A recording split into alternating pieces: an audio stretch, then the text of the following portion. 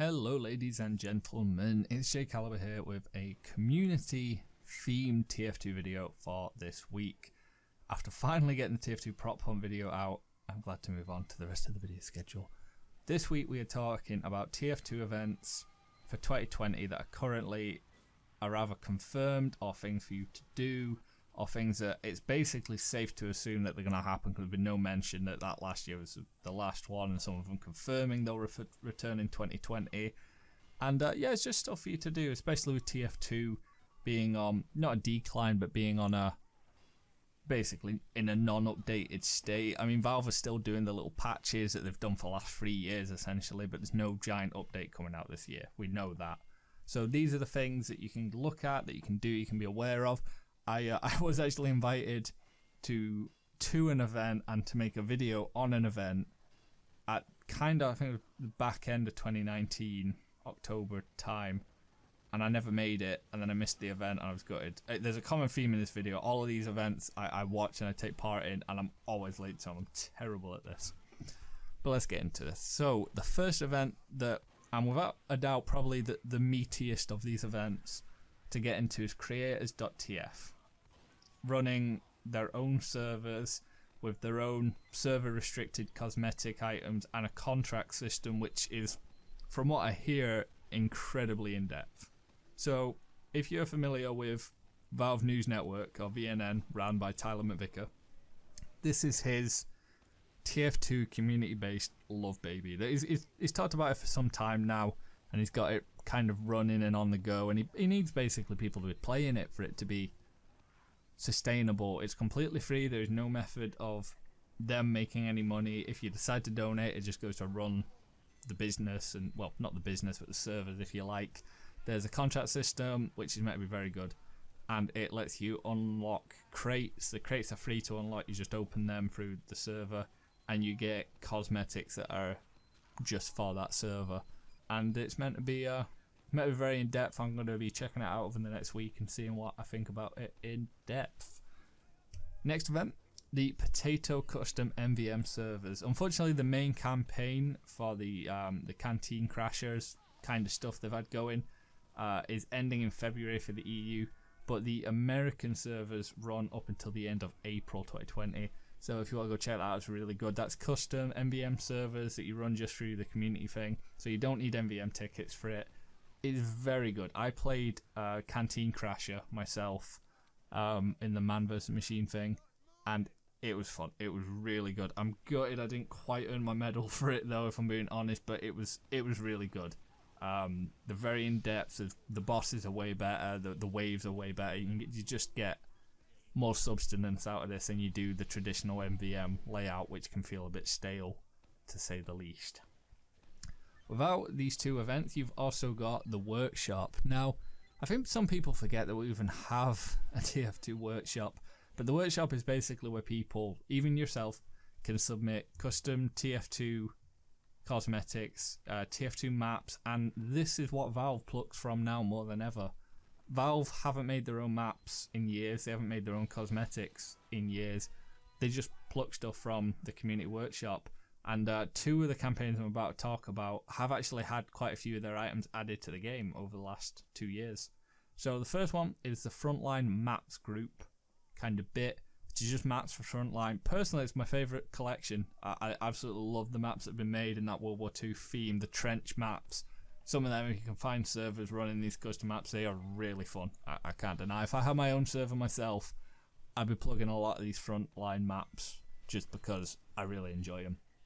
The Frontline cosmetics, there's a few of these have been added to the game, which is cool to see, and it's really nice to see. So going and voting on these things is very important. These are just big campaigns as well. You can submit something to the TF2 workshop about it meeting the theme of these campaigns, but these are kind of the big ones that we've had on for a while now, and they have been plucked from.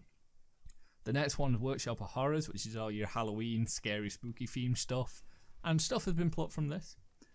The next one is the Iron Gauntlet, which is kind of a mechanical kind of themed, MVM-y kind of themed collection, which I don't know if any of that stuff's been added yet. I don't think it has, but still, needless to say, it's very, very high quality.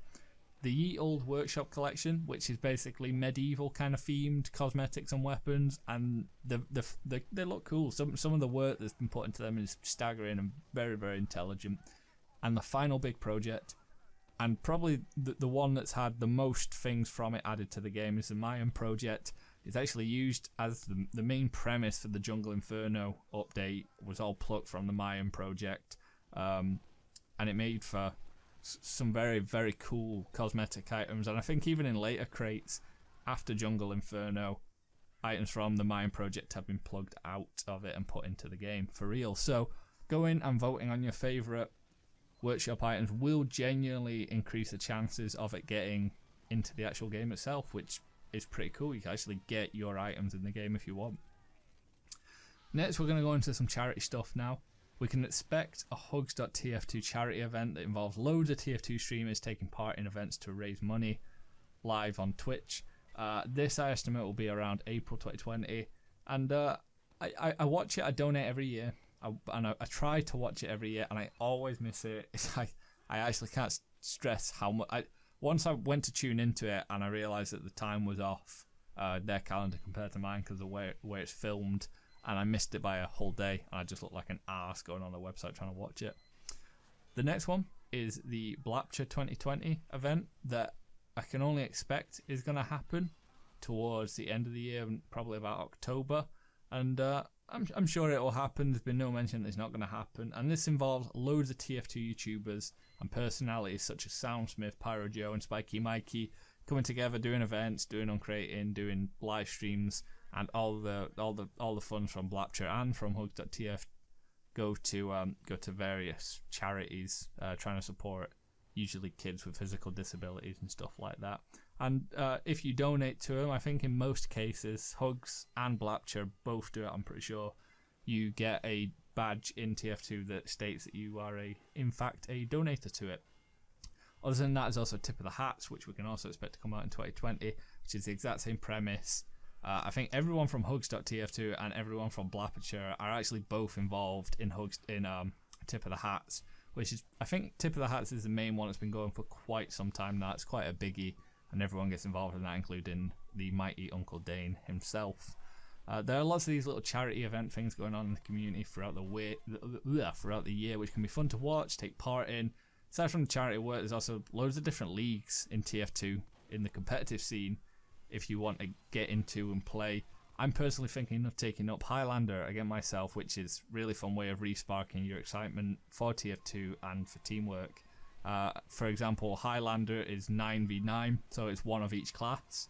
You can get 6v6, which varies depending on how you want to play it. You've got 5v5 as well, 4v4, and these are just kind of different team layouts. They're usually a lot more fast-paced than Highlander, and there's loads of different leagues for these TF2 leagues that you can enter, and loads of different places you can go do it. There's even more casual competitive TF2 like TF2 Center, which is a big one. Other than that, TF2 has a lot to offer. It's just that now you have to kind of look, because Valve's really only real insight into stuff in TF2 is by adding medals to the game, occasionally posting about blog posts about things like Insomnia, which is a physical TF2 event that's done in Birmingham in the UK. I don't know if it's happening in 2020 or not. I think it takes like turns on and off. I can't quite remember. And yeah, and the only other real thing that Valve does is having a little Twitch icon on their home screen, which nobody really uses, if I'm being totally honest with you. You don't really take much notice of it nowadays. But my solution for this is I'm going to make a little channel on my Discord server under the TF2 category, and that is going to just be announcements about TF2 events for everyone to check up on, to try and keep everything in one tidy kind of Discord group, so you don't have to go and check out loads of others to find out if they're still running or not. I'm just going to do TF2 announcements about events going on and keep them there. Other than that, I've been J Caliber. This week's shout out, you thought I was about to forget it there. This week's TF2 shout out is going to our recent subscriber Tiny Talker, who has recently subscribed only a couple days ago now. So thank you, Tiny Talker, for joining the channel. And I think that actually bumps us up to 1.1k now. God, that's 100 subscribers in just under a month. That is mental for this channel. That is a 110% increase. Mental. But I've been J Caliber. Subscribe to me on YouTube if you like me or dislike me. I'm not fussed. I'm always welcoming the haters. I usually do. Follow me on Twitter if you want more regular updates, and join the Discord where shit's getting lit. Anyway, adios.